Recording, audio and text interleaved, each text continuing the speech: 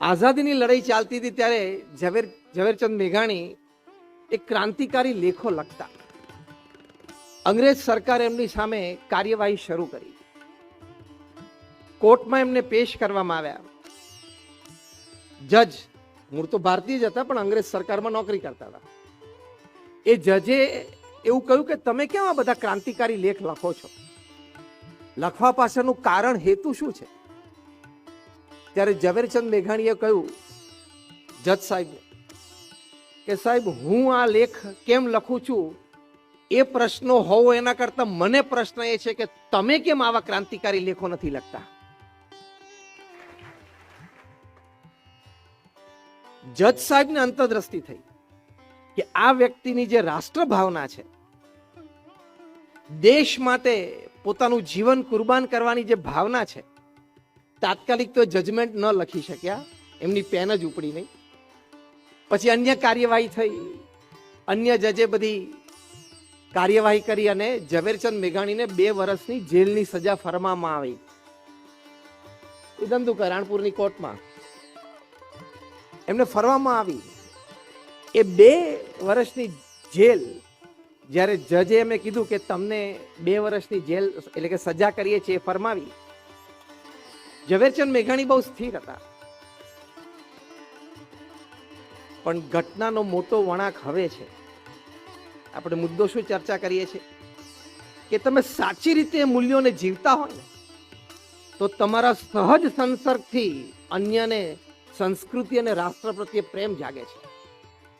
જજ સાહેબે બીજા જ અઠવાડિયે અંગ્રેજ સરકારમાંથી રાજીનામું આપી દીધું અને ક્રાંતિકારી લેખો લખવા માંડ્યા અને દેશ સેવામાં જોડાઈ ગયા.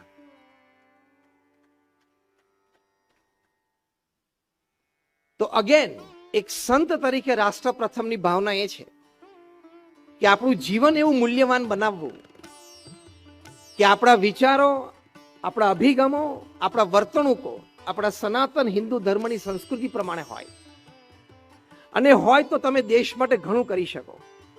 અટલ બિહારી વાજપેયીએ દેશની સેવા માટે એમને લગ્ન ન કર્યા, આજીવન એમને લગ્ન ન કર્યા. અટલજીએ કેવળ અને કેવળ એક હેતુ, દેશની સેવા. તો આટલો મોટો ત્યાગ, આટલું મોટું બલિદાન વ્યક્તિગત જીવનનું પણ દેશ માટે થઈ શકે છે. જે પ્રથમ મુદ્દો ઉદયભાઈએ લખ્યો છે એની ઉપર આપણે વાત કરીએ છીએ કે એવા મહાન સપૂતો આ પૃથ્વી ઉપર થયા. આપણો જે ભવ્ય વારસો, આપણી જે પરંપરા, આપણા મહાન સપૂતો, એનું સ્મરણ આપણે ન ભૂલવું જોઈએ. એમના જીવન અને કાર્યમાંથી આપણે ચોક્કસ શીખ લેવી જોઈએ અને એ આપણા આદર્શો હોવા જોઈએ. આ વાતનો તમે સારી રીતે ઉલ્લેખ કર્યો છે. તો આપણા ભારત વર્ષના મહાન સપૂતો, જેમણે એક વાત કરી ઉદયભાઈએ કે આદર્શ બનાવો, આઈડલ બનાવો, એનો આઈડિયોલોગ ફોલો કરો. તો આવા મહાન સપૂતો આપણા ગુજરાત રાજ્યમાં, આપણા દેશમાં પણ થયા કે જેમના પ્રત્યે આવો આદર અને પ્રેમ રાખીને, એમને વાંચીને, સમજીને આપણે પણ આપણું જીવનનું ઘડતર કરવું. તો એક સંત તરીકે રાષ્ટ્ર પ્રથમની કલ્પના એ છે, એક વાક્યમાં, કે આપણા જે સનાતન હિન્દુ ધર્મના સંસ્કારો છે, જે મૂલ્ય છે, એ આત્મસાત કરીને એ પ્રમાણે જીવન જીવવું, એવું ગુણિયલ જીવન બનાવવું, જેથી આપણે દરેક વ્યક્તિ આપણી સંસ્કૃતિના પ્રતિનિધિત્વ કરી શકીએ, પ્રતિનિધિ બનીએ. તો આપણા જીવનથી આપણા રાષ્ટ્રનો પરિચય થાય. આપણા જીવનમાં કેળવાયેલા મૂલ્યો એ દ્વારા આપણી સંસ્કૃતિનો પરિચય વિશ્વ પામે.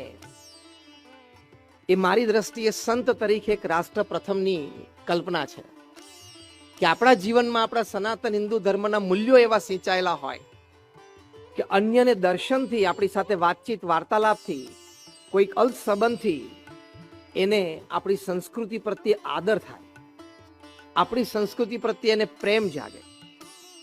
કેટલા બધા આદર્શો આપણી સામે છે. મુખ્ય મુદ્દો આપણે શું ચર્ચા કરીએ છીએ? તમે સંસ્કૃતિના મૂલ્યો જીવતા હો, તમારી સહજ ઉપસ્થિતિ પ્રેરણારૂપ છે, તમારી સહજ વાત પ્રેરણારૂપ છે. 5 ધોરણ ભણેલી એક વ્યક્તિ, પ્રમુખ સ્વામી મહારાજ, એમણે 1300 સંસ્થા ઊભી કરી. એની પાછળનું કારણ He lived the values of the great Indian culture. મહાન સંસ્કૃતિ આપણી છે, એના મૂલ્યો જીવ્યા. વિચારો આપણા અનેક પ્રકારના હોઈ શકે, પણ સંસ્કૃતિને વફાદાર રહેવું અને એ પ્રમાણે જીવન બનાવવું દેશની મોટામાં મોટી સેવા છે. કારણ કે તમે અન્યને આવી રીતે પ્રેરિત કરી શકશો, અન્ય કામ આવા કરી શકશો. લંડનની ધરતી ઉપર 1995માં જ્યારે પ્રમુખ સ્વામી મહારાજે મંદિર કર્યું, જે 1000 વર્ષ ટકે એવું મંદિર છે. ભારત વર્ષમાં જેમ 100, 800, 1000, 1500 વર્ષ જૂના મંદિર છે એવું મંદિર કર્યું, ત્યારે ત્યાંના ગાર્ડિયન જેવા ન્યૂઝપેપર, સન્ડે ટાઈમ્સ જેવા ન્યૂઝપેપર, એ લોકોએ એવું લખ્યું કે 200 વર્ષ સુધી અંગ્રેજોએ ભારત ઉપર રાજ કર્યું, છતાં ભારતની સંસ્કૃતિને ઊણી આંચ ના આવી. ત્યાંના એક સંતે આવીને ઇંગ્લેન્ડની ધરતી ઉપર એની છાતી ઉપર 1000 વર્ષ ટકે એવું એક સંસ્કૃતિનું મંદિરની રચના કરી. કેટલી તાકાત તમે જ્યારે મૂલ્યો સાથે જીવતા હો ત્યારે એમાં હોઈ શકે છે. અને તમને બધાને સમાચાર આપતા આનંદ થાય છે. હમણાં જ માનનીય મુખ્યમંત્રીશ્રીને મેં સમાચાર આપ્યા, અમે સાથે બેઠા હતા ત્યારે, કે આ ભારતીય સંસ્કૃતિ જીવનાર વ્યક્તિ અત્યારે અમારા ગુરુહરિ મહંત સ્વામી મહારાજ, એ 93 વર્ષની ઉંમરે આ વર્ષની 6 સપ્ટેમ્બરે યુરોપ ખંડમાં પ્રથમ વખત પથ્થરનું પરંપરાગત સનાતન હિન્દુ ધર્મનું મંદિર, જે 1000 વર્ષ સુધી ટકશે એવું ફ્રાન્સ શહેરની પેરિસની ધરતી ઉપર મૂર્તિ પ્રતિષ્ઠા કરીને લોકો માટે ખુલ્લું મૂકશે. સંસ્કૃતિ પ્રમાણે જીવતા તેનો પ્રભાવ કેટલો છે. પહેલી વખત એવું બનશે કે યુરોપની ધરતી ઉપર યુરોપથી બહારથી આવેલો કોઈ પથ્થર, એનું કંઈક નિર્માણ થશે. આ પથ્થર ભારતમાં સિલેક્ટ થયો. ફ્રેન્ચ ઓથોરિટીઝ અમને કહ્યું કે યુરોપની બહારનો પથ્થર અમે અલાઉ નહીં કરીએ. અમે કહ્યું અમારા ભારત દેશનો પથ્થરો પણ અદ્ભુત છે, તમે જોઈ લો. સ્ટ્રેસ ટેસ્ટ કરી, ટેન્સાઇલ ટેસ્ટ કરી, HCl હાઇડ્રોક્લોરિક એસિડ ટેસ્ટ કરી. After all these 3 kinds of tests, they continued the test for more than 1 year. 1 વર્ષ સુધી એ લોકો આ ટેસ્ટ બધા કર્યા અને ફાઇનલી ફ્રેન્ચ ઓથોરિટીઝે કહ્યું કે આ ભારત દેશનો આ પથ્થર એ અમારી પેરિસની સ્કાયલાઇનના ટોન ટેક્સચર સાથે મજબૂતાઈ સાથે ઊભો રહ્યો છે, એટલે પરમિશન આપી. First time in the history of Europe.